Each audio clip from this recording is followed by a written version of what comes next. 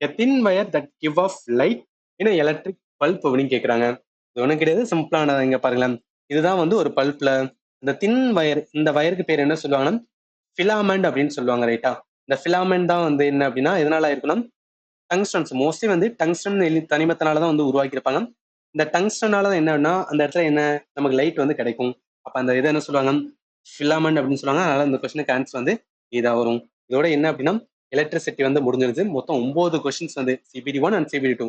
CBD 2ல ஒரு 2 question add ஆகுன்னு நினைக்கிறேன். இதுல நம்ம பார்த்த வரைக்கும் என்னன்னா நீங்க ஒன்று பேசிக்கா தெரிஞ்சுக்கலாம். அதாவது நிறைய டெஃபினேஷன் பேஸ்டா தான் வந்து கொஸ்டின்ஸ் வந்து கேட்குறாங்க. அது என்ன டெஃபினேஷன் பேஸ்னா, ஒரு கெப்பாசிட்டர்னா என்ன, ஒரு ரியோஸ்டேட்னா என்ன, ஒரு ரெசிஸ்டர்னா என்ன, டிரான்ஸ்ஃபார்மர்னா என்ன, எலக்ட்ரிக் மோட்டர்னா என்ன, என்ன வந்து லால ஒர்க் ஆகும், இந்த மாதிரி பேசிக்கா கேட்கறனால ரொம்ப இன்டெப்த் போகாதீங்க, பேசிக்கா ரொம்ப பண்ணிக்க.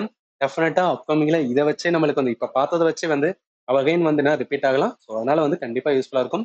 நான் சொன்னதுல வேற ஏதாவது உங்களுக்கு டவுட் இருந்துச்சுன்னா இந்த வீடியோட கமெண்ட் செக்ஷன்ல மென்ஷன் பண்ணுங்க.